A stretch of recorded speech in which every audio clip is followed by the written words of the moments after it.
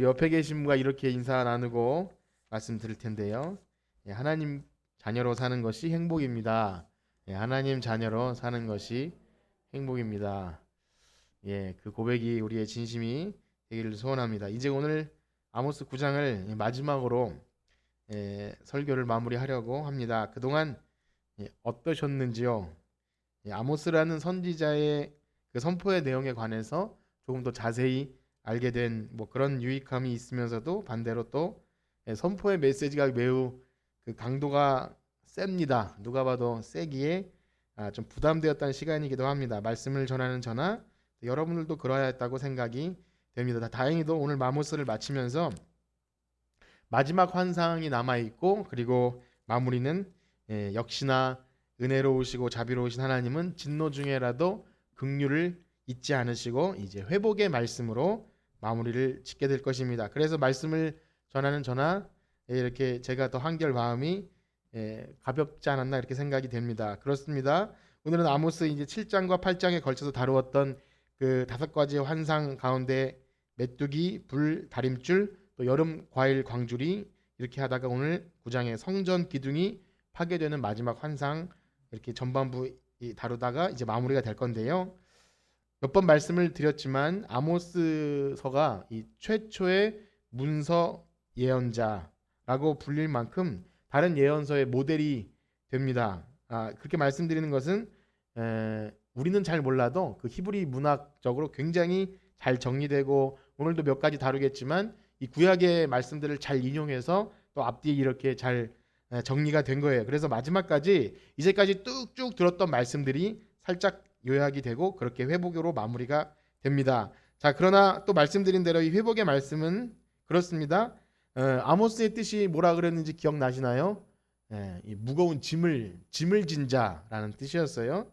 그 힘든 짐과 같은 이 심판의 메시지를 온몸으로 받아내고 그래서 그것에 의해서 우리 자신을 자복하고 회개하고 하나님 은혜 없이는 살아갈 수가 없구나 하는 그런 처절함을 믿고 고백한 성도들에게는 이 회복의 말씀이 진짜 복음으로 와 닿을 것입니다. 그러나 반대로요, 우리 하나님의 뜻과 계획, 진정 원하시는 예배와 우리가 하나님께 신실하게 올려드려야 될 것들에 대한 생각은 그냥 별로 관심이 없고 그냥 믿으면 천국 간다는 그런 값싼 구원의 도식을 가지고 어떻게 살든지 하나님 우리를 구원해 주실 거야 정도로 생각하는 사람들에게는 굉장히 경종이 되는 말씀이 되기도 합니다. 그래서 바라기는요, 오늘 아모스를 마무리하면서 우리가 들었던 이방 나라에 대한 심판 그리고 유다와 이스라엘에 대한 심판이 그냥 먼 옛날 몇천 년 전에 일어났었던 그런 사건에 그치는 것이 아니라 역시 오늘도 여전히 그때 하나님이 여전히 동일한 하나님이신 줄 믿습니다. 그래서 그때 원하셨던 것 여전히 오늘날도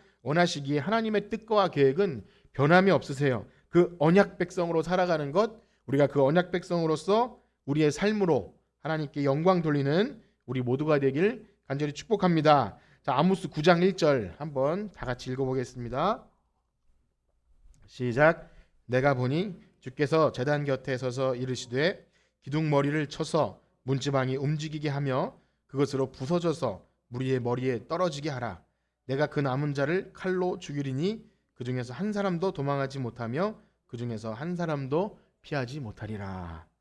회복 말씀했는데 아직까지 한 가지 환상이 남아 있어서 그렇습니다. 말씀드린 대로 1절의 환상은요, 아모스서에 등장하는 5가지 환상 가운데 마지막 환상에 한번 기억을 떠올려 보시면 아까도 말씀드렸지만 이 2가지 환상이 있었어요. 7장 8장에 이어지면서 메뚜기 환상과 불의 심판의 환상이 있었어요. 이 말씀드릴 때는 이 2가지가 같이 동일하게 묶이는 것은 이때는 아모스가 중보기도를 하지 않습니까? 하나님, 야곱이 미약한데 어찌 서겠습니까? 하면서 기도하자 어떻게 됐죠?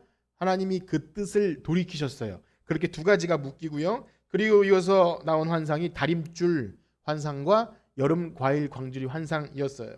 그런데 여기서는 아모스가 더 이상 하나님의 뜻을 돌이키려고 못한 건지 안 한 건지 그렇습니다. 그 근거가 되는 사건이 하나 있었죠. 바로 말씀 전하는 아모스를 그 당시에 여로보암 왕과 대제사장 아마샤가 쫓아냅니다. 너는 가서 유다 땅 가서 그 예언이나 해서 거기서 벌어먹고 살아라. 자기도 벌어먹고 사는 사람이니까 그렇게 봤던 것 같아요. 어쨌든 그런 의미에서 다림줄은 이제 더 이상 제대로 세워지지 않은 그 벽돌을 안 돼. 이 상태로는 더 이상 세워질 수 없어 해서 허물어뜨리는 것. 그리고 여름 과일 광주리는 이런 뜻이라 그랬죠. 이건 조금 아셔야 됩니다. 어디 가서 이 정도 아시면 정말 대단한 건데 그 발음이 히브리어 발음 카이츠가 끝이라는 의미에서 그렇게 된 거예요. 그러니까 너희들은 끝, 여름 과일 광주리 하면 끝을 생각하시면 됩니다. 그래서 아모스는 더 너무나 괴로웠을 거예요. 이 말씀을 다 전했지만 너무 괴로웠을 거예요. 그리고 이제 마지막 환상을 보여주시는데 읽으신 대로 1절 읽으신 대로 그냥 듣기만 해도 굉장히 끔찍한 말씀입니다. 하나님이 도대체 무엇을 하시려는 거죠? 1절에 읽으신 대로 하나님이 제단 옆에 서셨습니다. 제단 하면 무엇이죠? 바로 예배드리는 거룩한 장소예요. 성전 그리고 제단, 거기서 제물을 불태워 드리는 그런 하나님을 만나는 장소죠. 이제까지 우리가 성경에서 본 바에 의하면 성전에 하나님이 거하신다는 것은 그저 영광의 상징이었어요. 빽빽한 구름 가운데 성막 시절에는 그 빽빽한 구름으로 하나님이 임재하시면 거기가 완전히 뿌옇게 돼서 보이지 않을 정도로 하나님이 임하셨고 성전도 마찬가지였어요. 그렇게 하나님이 임하셨던 것은 백성들에게 하나님이 우리 제사를 받으시는구나 하는 그런 영광의 상징인데 우리가 너무나 잘 아는 이사야의 소명장에서 그 사실을 좀 더 이사야가 본 환상에는요. 그 오늘 아모스가 읽은 그 구절이 이렇게 원래 좋은 의미가 나와 있어요. 우리 그 부분을 한번 읽어볼 텐데 이사야 6장 1절에서 4절이거든요. 찾으셔도 좋고 화면 보시면서 한번 읽어봅시다. 자, 시작. 우시야 왕이 죽던 해에 내가 본즉 주께서 높이 들린 보좌에 앉으셨는데 그의 옷자락은 성전에 가득하였고 스랍들이 모시고 섰는데 각기 6날개가 있어 그들로는 자기의 얼굴을 가리었고 그들로는 자기의 발을 가리었고 그들로는 날며 서로 불러 이르되 거룩하다 거룩하다 만군의 여호와여 그의 영광이 온 땅에 충만하도다 하더라. 이같이 화답하는 자의 소리로 말미암아 문지방에 터가 요동하며 성전에 연기가 충만한지라. 아멘. 이사야가 본 환상이에요. 이사야의 그 유명한 소명장이죠. 그런데 여기에 하나님의 임재의 상징은 연기가 충만하고 문지방에 터가 요동해요. 그런데 이때는 좋은 거예요. 하나님이 이사야에게 나타나신 거예요. 얼마나 영광스러웠겠습니까? 그런데 이것을 완전히 뒤집어서 비꼬아서 성전의 기둥 머리를 쳐서 문지방이 움직이는데 하나님의 영광스러운 상징이 아니라 오히려 부서져서 그것을 떨어뜨려서 모인 사람들의 머리에 떨어지게 해라. 좀 너무 끔찍한 일이죠. 아무래도 이 환상은 이런 것을 좀 유추해 볼 수 있을 것 같습니다. 이전에 우리가 이미 살펴본 바와 같이 살기 위해서 하나님을 찾아라 하는 메시지가 들렸을 때 그런데 동시에 이런 말씀을 했어요. 살기 위해서 하나님을 찾긴 찾아야 되는데 베델로도 가지 말고 길갈로도 가지 마라. 그 당시에 제단이 있었던 장소에 하나님이 예배 받으시는 장소, 대대로 내려오는 거룩한 장소, 야곱의 또 아브라함의 그 베델, 또 길갈 가지 말라. 이 이야기가 무슨 의미였죠? 하나님을 만난다는 것이 너희들이 생각하는 그런 열심히 종교 행위를 하는 방식이 아니라는 거였죠. 하나님을 찾는 방식의 그 최고 정점에서 아모스의 최고 정점의 말씀이 무엇인지 기억하십니까? 바로 정의를 물같이 공의를 마르지 않은 강같이 흐르게 하라. 그것이 우리가 세상에 나가서 정의의 칼을 휘두르는 것이 아니라 바로 그런 것이라 그랬죠.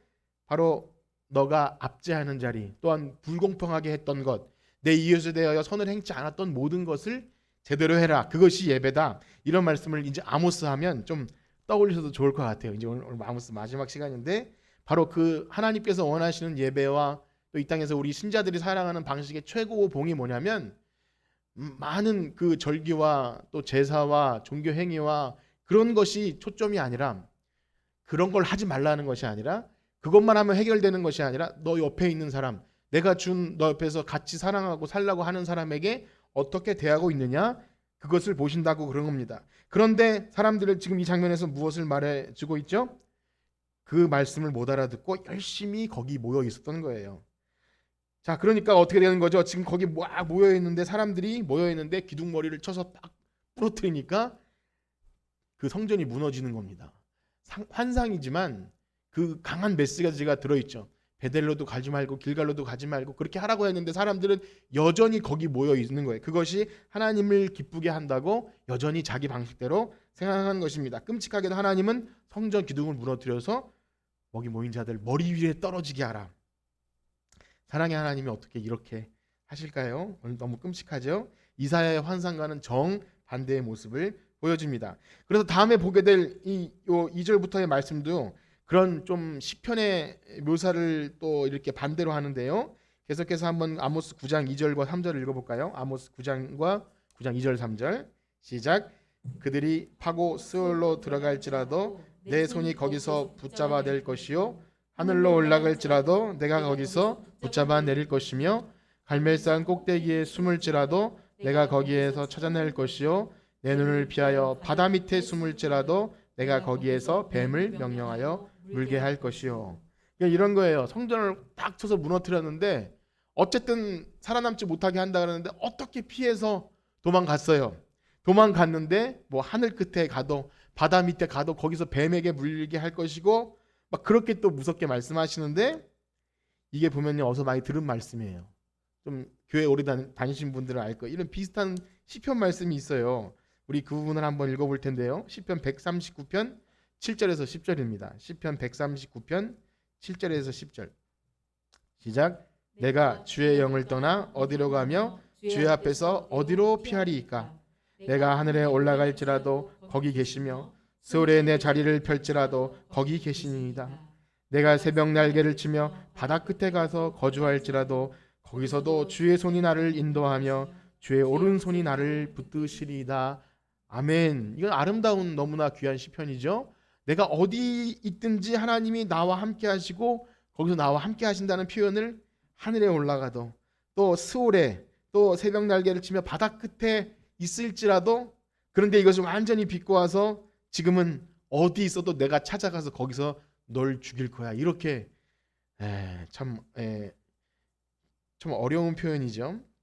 그렇습니다. 아모스는 고도의 이런 수사학적 기법으로 구약 성경을 가지고 어떻게 이 아름다운 구약 성경을 그렇게 하나님이 그렇게 하라 그러셔서 하셨을 거예요. 그렇게 해서 정반대로 비꼬아서 이사야의 놀라운 환상 또 시편의 그 아름다운 말씀들이 지금 이 사람들에게 반대로 임합니다. 왜 그렇게 됐을까요? 하나님을 너무나 쉽게 생각했다는 거. 이 은혜로운 말씀들이 이 은혜의 자리가 예배와 하나님께 드리는 것과 이런 것들 너무나 귀하고 소중한 것인데 인간의 생각으로 너무나 쉽게 생각했던 거예요. 하나님을 내가 조종할 수 있다고 생각하고 내가 이렇게 몇 가지만 하면 하나님은 기뻐 받으셔야 돼라고 생각할 수도 있어요. 나는 기준이 됐어라고 생각할 수 있는 그런 두려움. 그런 것 없이 그저 하나님 앞에 내가 이런 거 하면 될 거야라는 하나님을 대충 봤던 거죠. 그런데 하나님은 만으로 여기심을 받으시는 분이 아니라는 것. 하나님은 어떤 분이십니까? 이렇게 기록합니다. 우리 아모스 9장 5절과 6절입니다. 아모스 9장 5절과 6절 시작. 주 만군의 여호와는 땅을 만져 높게 하사 거기 거주하는 자가 애통하게 하시며 고운 땅이 강에 넘침같이 솟아오르며 애굽 강같이 낮아지게 하시는 이여. 그의 궁전을 하늘에 세우시며 그 궁창을 기초의 땅에 두시며 바닷물을 불러 지면에 쏟으시니 그 이름은 여호와시니라. 아멘. 이 말씀은요 우주 만물을 창조하신 그 하나님을 그 전능하신 하나님을 얘기하는 거예요. 하나님은 이 모든 것을 하실 수 있습니다. 사람들은 하나님을 대충 봤어요. 이방 우상처럼 그 정도로 생각했는데 하나님은 그런 분이 아니세요. 그 하나님을 우리 죄인들은요 우리를 선택해 주셨다고 그 하나님이 낮아지시고 예수님이 낮아지시지 않았습니까? 그 은혜를 모르고 하나님을 대충 생각하는 거예요. 그래서 그 은혜를 잊은 채로 그렇게 하나님을 좀 그런 말로 띄엄띄엄 생각하기에 하나님은 더 이상 참으실 수가 없었던 거죠. 여러분 우리가 얼마나 미약한 존재입니까? 지금 잠깐 창조의 이야기가 등장했지만 이 광활한 우주 가운데 아직까지 그 끝이 어디인지 모르는 그 우주 가운데 지구라는 별은 가히 상상조차 할 수 없을 만큼 점 하나 찍기에도 부족하다 그래요. 이 태양계 안에서 태양이 거의 제일 큰데 태양도 주먹만 하다면 지구는 뭐 이렇게 볼펜 심 끝 정도 될 정도로 이 태양계 안에서 그렇다고 합니다. 뭐 그게 상상이 될지 모르겠지만 이 우주라는 공간 안에 지구가 그렇게 작은데 그 중에서도 잠깐 왔다 가는 우리 육체가 하나님이 계시냐 안 계시냐를 따지기도 하고 하나님이 공의로우신지 안 그런 걸 따지기도 하고요. 가끔씩은 이 우주의 중심이 나인 것처럼 살 때도 있죠. 하나님은 나를 중심으로 움직여야 되고 세상 사람들도 내가 우주의 중심인 것처럼 교만한 소리를 떠들고 그렇게 화를 내기도 하고 그렇게 분개하기도 합니다. 근데 하나님이 어떻게 하신다 그래요? 하늘에 계신 자가 비웃으신다고. 그런 표현도 있죠. 얼마나 우습겠어요. 그 광활한 우주 가운데 전보다 작은 이 지구의 속에 잠깐 왔다 가는 한 어떤 흙덩어리가 그렇게 얘기한다는 것. 물론 그 표현은 반대로 그런 미물 같은 존재를 하나님이 사랑하시기 때문에 너무 귀한 표현이면서 반대로 그거 은혜를 모르면 그냥 훅 불어버리면 사라질 만한 존재가 잘났다고 떠드는 것. 그렇습니다. 우리 하나님은 우리의 목숨을 걷어가시면 그냥 한 줌 흙으로 돌아갈 수밖에 없는, 그냥 사라져 버릴 수밖에 없는 우리 존재라는 것을 잊지 않으셔야 합니다. 그러니까 이 두 가지가 같이 가야 돼요. 정말 한없는 정말 그 만물의 찢기 같은 죄인이라는 사실과 그런 죄인을 사랑하신 하나님이 동시에 그 반대 정반대가 동시에 가야 되는데 어느 한쪽만 생각해도 안 된다는 거죠. 그래서 지금 이 창조에 대한 하나님의 표현은 너무나 역설적이게도 그 위대하신 하나님을 찬양하는 데 쓰여진 표현들이었어요. 시편이나 또 이 신약에서나 하나님의 그 만물을 창조하신 하나님을 얼마나 신묘막측하다라는 표현을 쓰면서 표현한 그 찬양으로 쓰였던 그 창조의 하나님이 지금은 그 우주 만물을 창조하신 하나님 앞에 너희들 미물인데 아무것도 아닌데 너희들 그렇게 교만하구나 이렇게 얘기하는 거죠. 마찬가지로 그래서 하나님은 계속해서 그런 의미로 이스라엘 백성 앞에 이렇게 말씀하십니다. 우리 7절 말씀 한번 읽어보겠습니다. 7절입니다. 시작. 여호와의 말씀이니라 이스라엘 자손들아 너희는 내게 구수족속 같지 아니하냐.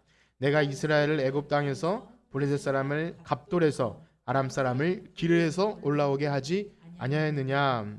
이 말씀은 너희들이 다른 민족보다 나을 게 하나도 없다는 거예요. 그러니까 만물보다 작은 그 미물 찍기 같으면서도 또 다른 그 비슷한 사람들과 비교해서 자기가 선민이라고 하는 너희들, 야 너네들 다른 민족과 다를 거 없어. 여기 보면 구스족속은 아마 그들이 무시했던 그 검은 사람들일 거예요. 그 에디오피나 이런데 너네들 무시했지만 너네들 내가 그들도 다 보호하고 그들도 내가 다 지켜. 그렇게 얘기하면서 너희가 내게 선택받을 조건은 어디 한 군데가 없어라는 것을 말합니다. 그런데도 우리는 이렇게 망언을 하는 사람을 하나님이 어떻게 하십니까? 우리 10절 읽어보겠습니다. 뛰어넘어서 10절입니다. 시작. 내 백성 중에서 말하기를 화가 우리에게 미치지 아니하며 이르지 아니하리라 하는 모든 죄인은 칼에 죽으리라. 지금 그 말씀이 성전 제단에서 하나님이 성전 머리를 치시고 하는 그런 무서운 말씀이에요. 무슨 말입니까? 하나님은 우리는 하나님의 선택된 민족이야. 우리는 아브라함 족속이고 우리는 제단이 있고 그리고 하나님께 제사를 지내고 하나님과 우리는 특별한 관계라고 말하는 그들은 우리에겐 절대 화가 미치지 않아. 그런 사람들이 말하는 사람들이 있다면 여기는 칼로 죽게 된다는 거죠.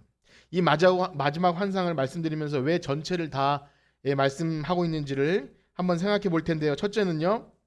다 들었던 내용이에요. 한번 정리하는 겁니다. 바로 선택되었다고 하는 이스라엘 백성이 다른 민족보다 나은 것이 있어서 선택받은 것이 아니라는 거죠. 그들에게 그래서 특별 혜택이 주어지는 것이 아닙니다. 마찬가지로 우리 신자들이 하나님께 선택받고 또 예수 믿고 하는 것이 특별 은총이긴 하지만 그러나 그렇다고 해서 우리가 뭔 짓을 해도 우리는 하나님이 다 피하게 해주실 거야 라고 하는 것은 좀 이상한 생각입니다. 말씀드린 대로 하나님이 택하신 것은 다른 민족보다 그들이 나은 것이 아니라 오히려 그들을 통해서 제사장 나라가 되게 하고 많은 민족 앞에 대표로 세워서 하나님의 영광을 돌리게 하는 그런 약속을 한 특별한 민족은 맞죠. 너무나 특별하죠. 그런데 아모스서에 이런 말씀 기억하십니까?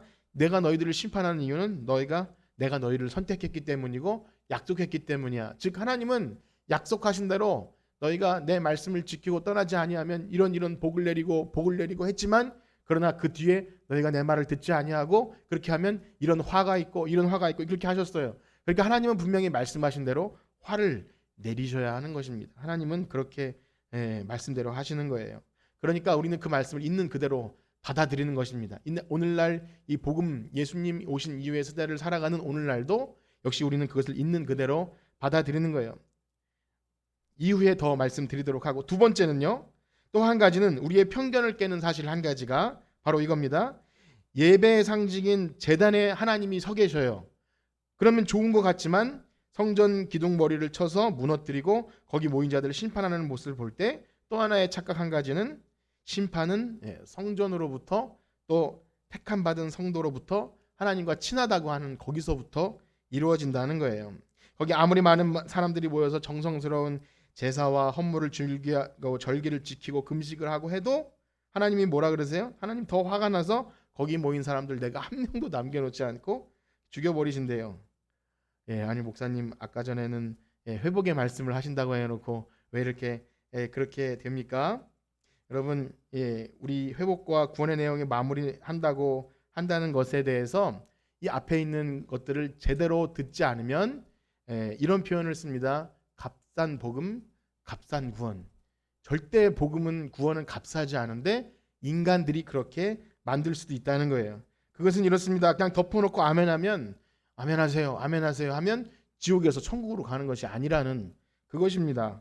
우리가 믿는 하나님, 우리가 믿는 예수님, 기독교는 그렇게 단순하지가 않다는 거예요. 지금부터 드리고자 하는 말씀이 바로 그러한 내용입니다. 우리 9장 8절 말씀 보겠습니다. 아모스 9장 8절입니다. 시작. 보라, 주 여호와의 눈이 범죄한 나라를 주목하노니 내가 그것을 지면에서 멸하리라. 그러나 야곱의 집은 온전히 멸하지는 아니하리라. 여호와의 말씀이니라. 아멘. 하나님이 말씀하세요. 보라, 나의 눈이 범죄한 나라를 주목해 보고 있다. 여러분, 하나님이 누군가를 주목해 본다는 것은요 너무 귀한 사실이에요.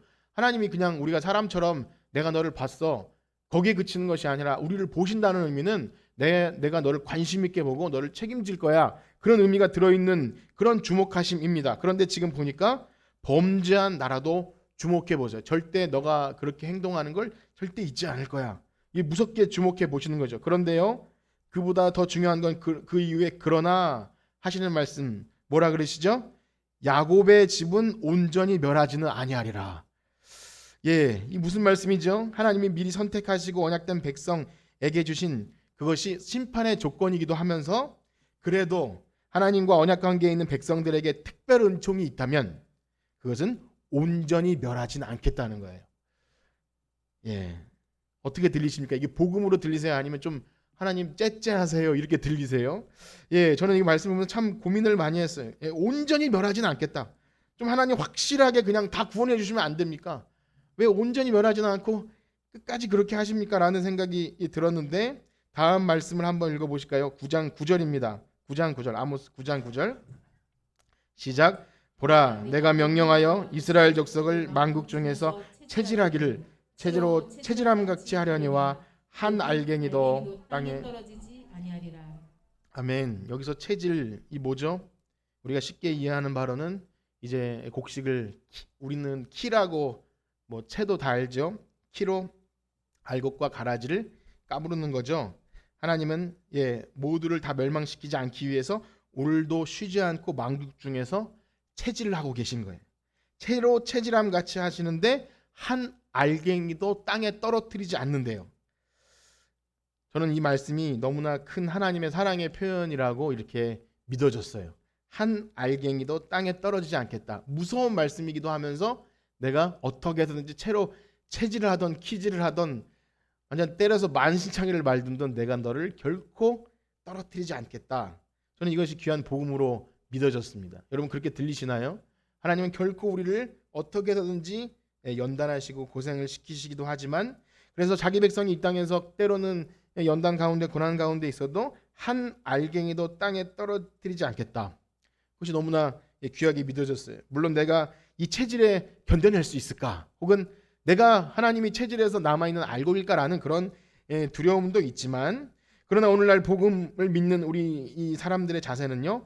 그 크고 두려우신 하나님의 체질 그것이 무엇인지 알아요. 하나님이 왜 그렇게 심하게 말씀하셨는지를 알아요. 왜냐하면 우리는 어떻게 해도 구제받을 수 없는 죄인이라는 것을 아는 사람, 또 이 땅에 하나님을 떠난 인류가 그토록 하나님을 힘들게 했던 것을 아는 사람이라면 하나님이 그렇게 하셨음이 마땅하기에 나도 하나님의 이 공의로우신 법 앞에 우린 죽어 마땅한 죄인임을 아는 사람이라면 오늘 그 말씀을 듣고 한 알갱이도 그래도 떨어뜨리지 않는다고 할 때 나의 의는 없지만 예수 공로 때문에 살려주심을 믿는 거죠. 그것이 복음을 믿는 사람들입니다. 그냥 우습게 되는 게 결코 아니라는 거예요. 하나님은 그 일을 위해서 지금도 체질을 하고 계시는 거예요.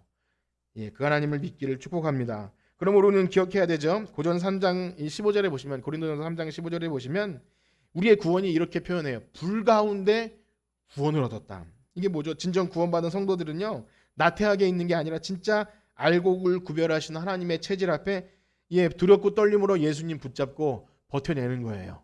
그것이 구원받은 성도들인 줄 믿습니다. 그래서 이제부터는 이 회복의 말씀을 좀 드릴 텐데요. 그 회복도 역시 하나님께서 하십니다. 우리 11절에서 9장 11절에서 12절 함께 읽어보겠습니다. 시작.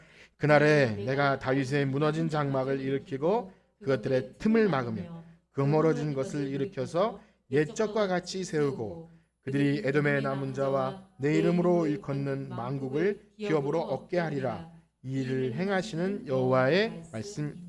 아멘. 얼마나 영광스러운 말씀인가요? 그날에 내가 다윗의 무너진 장막을 일으키고 그것들의 틈을 막고 허물어진 것을 일으켜 세우고 옛적과 같이 하겠다. 이제까지만 분위기가 완전히 달라졌죠. 하나님이 다시 세워주신대요. 그리고 에돔의 남은 자 역시 그 야곱 나라에 얼마나 그 가시 같은 존재예요.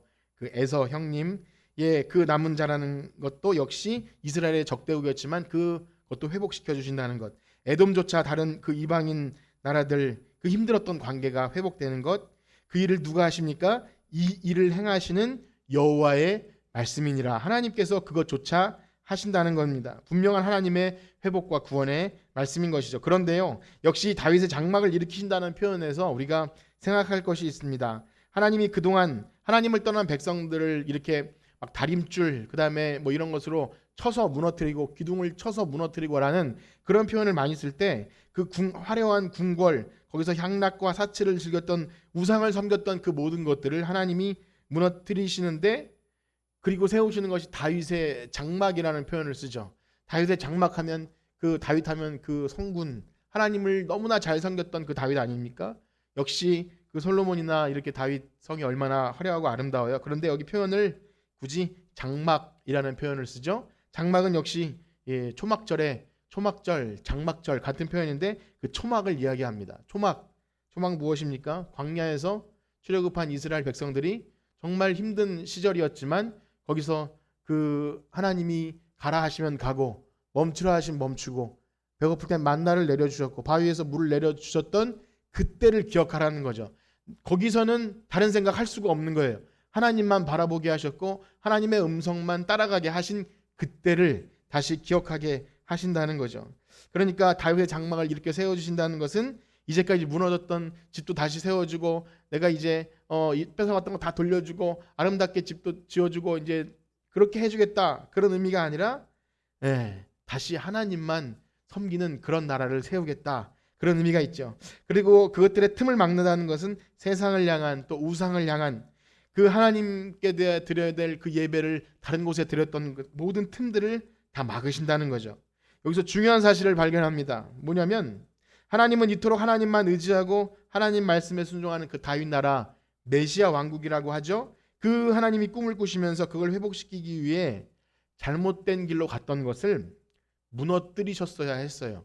무너진 다윗의 장막이 되어야 했습니다. 우리에게 있어서 참으로 고통스러운 일이지만 하나님은 잘못된 것들을 꼭 파괴시키셔야 했어요. 그래서 이스라엘 백성들은 종이 되었고 포로가 되었고 흩어지기도 했습니다. 때로는 성도들이 고난당하기도 합니다. 그러나 하나님은 이 모든 과정을 통해서 충분히 영광 받으시는 분인 줄 믿습니다. 사람의 눈에 보기에는 망했다, 하나님이 저 민족 저렇게 하면 이제 끝 아닌가, 복받지 못한 건 아닌가 생각하기 쉽지만 하나님은 충분히 거기서도 새 일을 행하시고 영광 받으시고 또 하나님 예배 받으시는 줄 믿습니다. 실제로 이스라엘 백성은 멸망당해요. 포로로 잡혀가고 이제 완전히 다 흩어져 버립니다. 그러나 그곳에서도요 하나님 백성으로 인해 영광 받죠. 다니엘이나 에스더나 그런 하나님을 믿는 성도들로 하여금 하나님 예배 받으시고요. 사도행전 말씀에도 보면 교회가 핍박을 받아서 흩어지지만 여러분 그 예루살렘 교회가 그렇게 성장했던 예루살렘 교회가 흩어진다는 것은 얼마나 절망적인 일입니까? 핍박받아서 흩어지는데 흩어지는 곳곳마다 복음이 전해지고 교회가 세워진다는 거죠. 그러니까 하나님은 눈에 보이기에는 이제 망한 거 아닌가, 이제 사람들이 예배 못 드리면 이렇게 하면 끝 아닌가라는 생각을 우리는 하기 쉽지만 하나님은 절대 손해 보시는 분이 아닙니다. 그래서 이런 것들을 보면 우리는 역설이라고 하죠. 역설.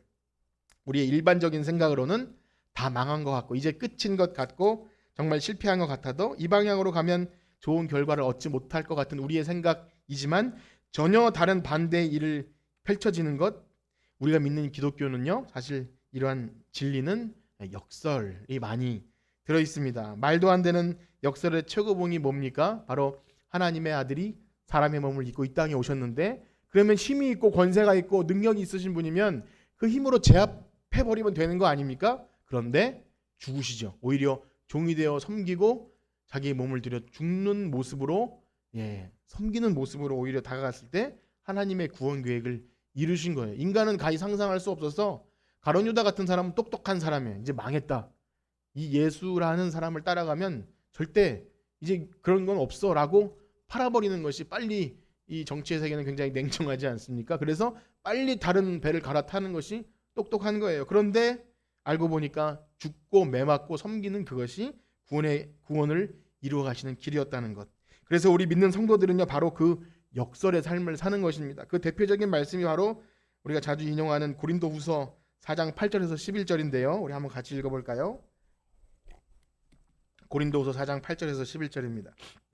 시작. 우리가 사방으로 우겨쌈을 당하여도 쌓이지 아니하며 답답한 일을 당하여도 낙심하지 아니하며 박해를 받아도 버림받지 아니하며 거꾸로 들임을 당하여도 망하지 아니하고 우리가 항상 예수의 죽음을 몸에 짊어짐은 예수의 생명이 또한 우리 몸에 나타나게 하려 함이라. 우리 살아있는 자가 항상 예수를 위하여 죽음에 넘겨짐은 예수의 생명이 또한 우리 죽을 육체에 나타나게 하려. 아멘. 이 말씀이 얼마나 참 귀하고 은혜로운지 몰라요. 우리의 구원도요, 인간의 생각으로 전혀 이해할 수 없는 방식으로 십자가의 그 말도 안 되는 방법으로 이루어졌지만, 마찬가지로 우리 신자들의 삶의 방식 역시 이런 세상이 이해할 수 없는 역설적이어야 한다는 겁니다. 그렇습니다. 오늘 아모스의 말씀처럼 하나님이 영광 받으시는 것은요, 화려한 성전과 그들의 윤택한 삶과 그 다음에 제사와 절기와 그들이 정성스럽게 했던 그것으로 영광 받으시는 것이 아니라, 그 선택된 사람들이 부강해져서 세상에서 막 떵떵거리면서 살 때 영광 받으시는 것이 아니라, 초막에 거한다 해도, 너희들 광야에서 살 때 기억해봐라, 거기서 포로로 잡혀가고 또는 실패를 경험한다 해도 그곳에서 우리가 하나님 백성으로 하나님의 거룩한 삶을 살아간다면 하나님이 그때 가장 영광 받으시는 줄 믿습니다. 우리 인간의 생각으로는 우리가 잘 돼야 하나님 영광 받으시지 생각하지만 그건 우리 생각이죠. 때로는 그것을 제대로 이해하지 못한 사람들이 오늘날 교회가 힘이 있어야 된다고, 그런 얘기 자주 들었죠. 그래서 세상에서 큰 소리를 내고 어서 집회를 하고, 그래서 막 우리 교회가 뭐 당을 만들기도 하고 그래야 된다고 생각하는 사람들이 어리석은 행동을 해서 오히려 하나님 영광 가리는 일을 많이 합니다. 건물을 더 크고 화려하게 짓는 것, 많은 사람들이 모여서 뭔가 이렇게 하면은 되는 것처럼 그런 잘못된 생각이 있지만, 오히려 하나님은 오늘 환상에 성전 기둥 머리를 쳐서 무너뜨려서 그 사람들을 다 그렇게 하신대요. 오히려 하나님 영광을 가리는 일이라는 것을 보여집니다. 여러분, 우리 시대의 진짜 하나님의 백성들, 참된 신자들은 힘이 아니라 능력이나 장소나 어떤 건물이 아니라 언제 어디서든지 예수님이 걸어가셨던 그 낮아짐의 방식으로 존재하는 사람들인 줄 믿습니다. 우리가 정말 예수님을 알고 하나님 알고 기독교가 무엇인지 아는 사람들은 우리의 존재 방식이 그것임을 자꾸 고백하고 그렇게 살아가는 겁니다. 그래서 오늘날 교회가 핍박받는다고 말하지 않았으면 좋겠어요. 우리가 하나님이 일하시는 방식을 다 깨달을 수 없는 미약한 존재지만, 하나님은 어떤 방식을 통해서라도 키즈를 하시고 체질을 하셔서라도 하나님은 예배 받은 자를 찾으셔서 예배 받으시는 줄 믿습니다. 그래서 그 일을 하나님이 하시는 방식을 우리가 다 이해할 수 없어도 믿고 기다리는 거예요. 하나님이 뭘 통해서라도 뭐 코로나라는 말은 자꾸 사용하지 않겠지만 뭘 통해서라도 예배, 뭐 우리가 생각하는 방식은 이러다가 뭐 안 되는 건 아닌가? 하나님은 전혀 그런데 개의치 않는 거예요. 오히려 그 가운데 체질을 하심으로써 한 알갱이도 떨어뜨리지 않는 줄 믿습니다. 그리고 아모스는 이렇게 회복의 말씀을 마무리하는데요. 우리 13절에서 15절입니다. 아모스 9장 13절에서 15절입니다. 시작. 여호와의 말씀이니라. 보라, 날이 이를지라. 그때 파종하는 자가 곡식 추수하는 자의 뒤를 이으며 포도를 밟는 자가 씨 뿌리는 자의 뒤를 이으며 산들은 단 포도주를 흘리며 작은 산들은 녹으리라. 내가 내 백성 이스라엘이 사로잡힌 것을 돌이키리니 그들이 황폐한 성읍을 건축하여 거주하며 포도원을 가꾸고 그 포도주를 마시며 거원들을 만들고 그 열매를 먹으리라. 내가 그들을 그들의 땅에 그들이 내가 준 땅에서 다시 뽑히지 아니하리라. 내 하나님 여호와의 말씀이니라. 아멘. 앞에서는요, 그 심판의 환상에서 영광스러운 이사야의 그 환상과 또 시편의 내용을 어두운 내용으로 바꿨다면, 이제는 오히려 14절의 그 내용을 보시면 예전에 아모스가 조금 어려운, 뭐랄까요, 부정적인 내용으로 썼던 것을 이제 완전히 바꾸는데요. 우리 그 아모스 9장 14절의 내용이 전에 완전히 반대의 내용으로 나온 적이 있었어요. 아모스 5장 11절 한번 읽어볼까요? 아모스 5장 11절 시작. 너희가 힘없는 자를 밟고 그에게 미래 부당한 세를 거두었은즉 너희가 비록 다듬은 돌로 집을 건축하였으나 거기 거주하지 못할 것이요 아름다운 포도원을 가꾸었으나 그 포도주를 마시지 못하리라. 저는 그랬다는 거예요. 저는 그렇게 말한 것을 이제는 완전히 바꿔서 14절에 보니까 이제는 사로잡힌 것을 돌이켜서 황폐한 성읍을 건축하고 거기서 포도원을 가꾸고 그 포도주를 마시고 가원들을 만들고 그 열매를 먹게 된다고 이렇게 했습니다.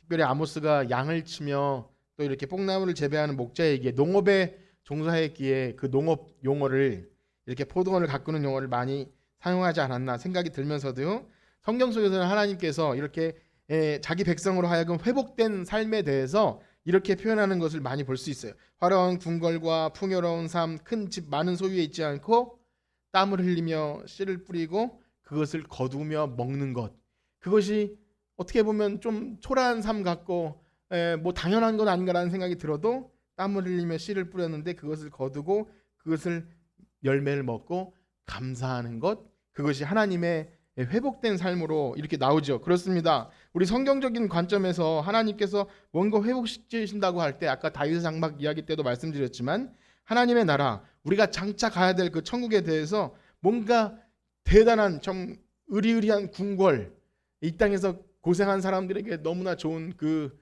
어마어마한 큰 평수의 아파트를 생각할 수 있지만, 하나님이 주신 것들에 대한 소소한 감사와 우리 삶에 아주 흔해 보이는 것들이 복으로 느껴지는 것, 그게 회복된 하나님의 나라라는 그림을 많이 보여주세요. 하나님은 처음부터 태초에 에덴 동산을 만드시고 주신 것을 그냥 받아 먹으라고 하지 않으시고 뭐라고 명령하시죠? 땅을 다스리고 경작하고 그렇게 말씀하세요. 일을 하면서 거기서 허락된 그것들을 누리고 또 사람들과 함께 동거하면서 주님 주신 삶을 살아가라고 하신 거예요. 그런데 거기 하나님이 계시기만 하면 그곳이 천국이라는 거죠. 거기가 어떤 곳이었던, 지금은 어떤 농업의 이미지로 그려졌지만 어떤 곳이 되었든 하나님이 거기 계시면 거기가 천국. 그러나 죄가 세상에 들어오고 달라진 것이 뭐였습니까? 사람들이 죄가 세상에 들어오고 하나님을 떠나게 될 때 땅이 저주를 받고, 그래서 일하는 것이 저주스럽고 고통스럽고, 그래서 서로 미워하고 죽이게 되고, 가인이 아벨을 죽이고, 그거 함께 더 이상 같이 살아갈 수 없는 거예요. 원래는 하나님 만드신 곳은 모든 관계가 회복돼서 같이 살아가시는데 서로를 경계하고 대적하고 모든 관계가 깨어져 버린 상태가 바로 저주스러운 상태죠.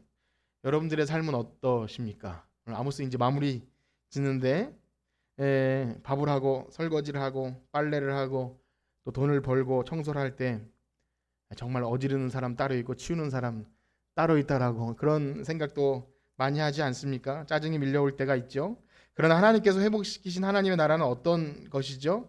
만약 우리가 지금 이 땅에서 모든 것이 저주스럽고 감사가 없고 혹은 주님과 동행하는 행복을 느끼지 못하면서 아유 빨리 끝내고 천국 가야지 라고 생각한다면 사실은 좀 이상한 거예요. 하나님 믿는 성도들의 삶에는 이미 하나님 나라의 그 회복된 나라가 시작된 줄 믿습니다. 우리가 그렇게 말만 하지 실제로 그런 것이 잘 안 이루어지지 않습니까? 그러나 그것은 잘 기독교적인 것이 아닙니다. 복음으로 회복된 삶은요, 일상의 아주 작은 것부터 감사와 기쁨을 누리고 거기서 평안을 누리기 시작할 때 많이 가지지 않아도 우리에게 허락하신 것을 나눌 수 있고, 그래서 함께 있는 것이 즐겁고 행복한 것. 여러분 가끔씩 그런 걸 느끼시죠? 가끔씩. 예, 항상은 아니고 가끔씩. 그렇습니다. 더 이상 아내를 위해 남편을 위해 일하는 것이 지겹거나 짜증나거나 자식들을 위해 수고하는 것이 지치고 또 믿음 생활하는 이런 모든 것들이 더 이상 그런 것이 아니라 행복으로 느껴지는 것. 함께 신앙생활하는 공동체의 교회 성도님들을 볼 때 요즘엔 잘 만나지 못하지만 만날 때마다 기분이 좋고 한 명도 보기 싫은 사람이 없는 상태. 예, 한번 옆에 계신 분과 인사할까요? 권사님이 있어서 참 좋습니다. 이렇게 집사님이 있어서 좋습니다. 예, 그것이 형식적인 인사가 아니라 교회에 나오기 힘들 때일수록 더 함께 있는 것이 즐거운 것. 그래서 우리 교회 다니는 사람이 긍정적이어서도 아니고 소박한 것을 추구해서도 아니라 정말 성경적인 하나님 나라를 우리가 이 땅에 품게 될 때 날마다 가까워지는 것이 뭐냐면 전엔 죄로 인해 깨닫지 못했던 저주스러운 것들이 복으로 다가오는 거예요. 전에는 이것만 없으면 내가 행복할 것 같다. 전에는 이것 때문에 내가 지겨워서 못 살겠다. 정말 지겨워서 못 살겠다라는 말이 입에 달고 있었지만 이제는 그것조차 감사와 복으로 다가온다면 날마다 점점 하나님이 우리 안에 그 회복을 이루어 가실 줄 믿습니다. 오늘 아모스의 마지막 회복된 하나님의 나라, 하나님이 무너졌던 장막을 일으켜 세워주시고 포도나무를 가꾸고 심고 먹게 하신 이런 것들이 하나님의 나라는 이미 우리 가운데 시작될 줄 믿습니다. 예수님이 우리를 위해 하신 그 큰 일 때문에 이미 변화는 시작되었어요. 여러분 그것을 믿으시나요? 다행히 아모스는 이렇게 우리를 회복시키실 것으로 마치는데 그 회복은 엄청난 옛날의 그 영광을 회복하는 것. 우리 기도할 때 빨리 코로나가 끝나서 원래로 돌아가는 것 기도하지만 실상 전문가들은 이렇게 얘기합니다. 이게 뉴 노멀이 될 것이라고. 코로나가 절대 사라지지 않을 수도 있어요. 그러나 그 가운데도 감사가 있을 수 있는, 너무 어렵겠죠? 그러나 하나님께서 우리를 회복시키시만 한다면 어떤 상황에서도 초막이나 궁궐이나 그것이 하나님의 나라가 될 줄 믿습니다. 우리 찬양 드리고 마치겠는데요. 행복이라는 찬양 아까 말씀드렸죠. 화려하지 않아도 정결하게 사는 삶, 가진 것이 적어도 감사하며 사는 삶, 내게 주신 작은 힘 나눠주며 사는 삶, 이것이 행복. 주님 안에 거하고 화려하지 않아도 이미 우리 안에 회복을 시작하신 하나님 계실 때 그것이 행복인 줄 믿습니다. 우리 찬양 드리시고 기도하고 마치겠습니다.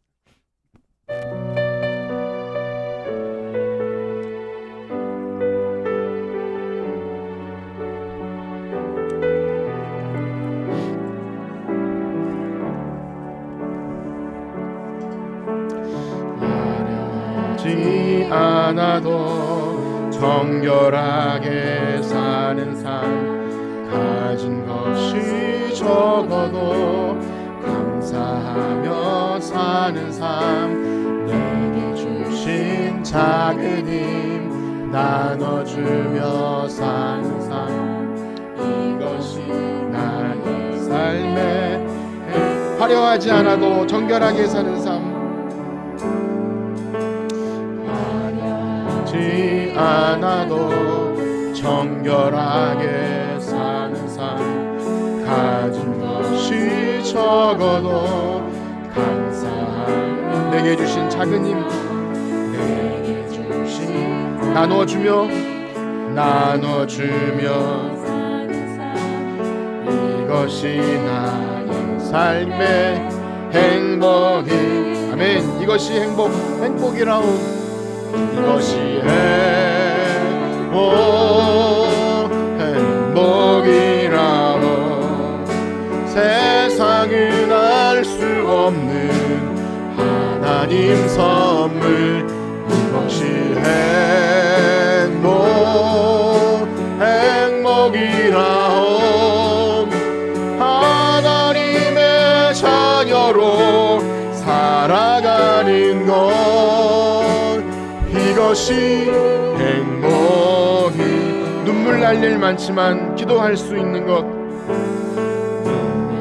일 많지만 기도할, 억울한 일 많으나 억울한 주를 위해 찾는 것, 주를 위해 비록 짧은 주 뜻대로 사는 것, 주 뜻대로, 이것이 나의 삶의 행복이라오. 나의 삶의 아멘. 이것이 행복이라움. 이것이 행복이라. 세상은 알 수 없는 하나님 선물. 이것이 행복이라오. 하나님의 자녀로 살아가는 것. 이것이 행복이라오. 이것이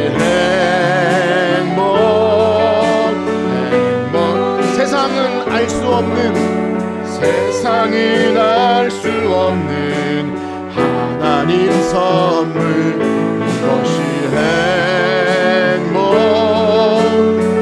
행복이라오. 하나님의 자녀로 살아가는 것. 이것이 행복이라오. 아멘. 우리 들으신 말씀 기억하며 기도하기 원하는데, 특별히 삶의 저주를 받았다는 것은 감사가 없는 것이 저주인 것 같습니다. 아모스 여러 가지 심판의 내용이 나왔지만 감사가 없고 하나님이 내 안에 거하신 것으로 인해서 행복을 느끼지 못한다면 우리는 사실 심판받은 것과 다름이 없을 것 같습니다.